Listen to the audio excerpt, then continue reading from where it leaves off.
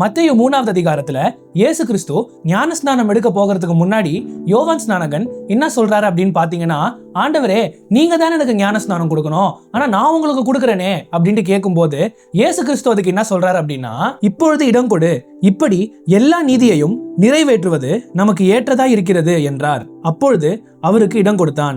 இந்த இடத்துல யோவானுக்கு கடந்த காலமும் தெரியாது, எதிர்காலமும் தெரியாது. ஆனா இயேசு கிறிஸ்துவுக்கு எந்தெந்த நேரத்துல என்னென்ன நடக்கணும் அப்படின்ட்டு நல்லாவே தெரியும். ஆனா இதுல யோவான் ஸ்நானகன் இயேசு கிறிஸ்து சொன்ன மாதிரியே செஞ்சிட்டாரு. நம்மளும் அநேக நேரத்துல ஆண்டவர்கிட்ட போய், ஆண்டவரே இந்த விஷயத்தை நான் இப்படிதான் செய்யணுமா அப்படின்னு சொல்லி ஆண்டவருக்கே நம்ம ஐடியா கொடுப்போம். ஆனா ஆண்டவர் இந்த விஷயத்தை இப்படிதான் செய்யணும் அப்படின்னு சொன்னதுக்கு அப்புறமாச்சு யோவான் ஸ்நானகன் எப்படி இந்த இடத்துல இடம் கொடுத்தாரோ அந்த மாதிரி நாமளும் இடம் கொடுக்குறோமா அப்படின்றத நம்ம யோசிச்சு பார்க்கணும். அப்போதான் எப்படி இயேசு கிறிஸ்துவும் யோவான் ஸ்நானகனும் ஒன்னா சேர்ந்து அந்த நேரத்துல வேலை செஞ்சாங்களோ அதே மாதிரி இயேசு கிறிஸ்துவும் நாமும் ஒன்னா சேர்ந்து எல்லா நேரத்திலயும் வேலை செய்யலாம். இதை குறித்து சிந்தித்து பாருங்களேன்.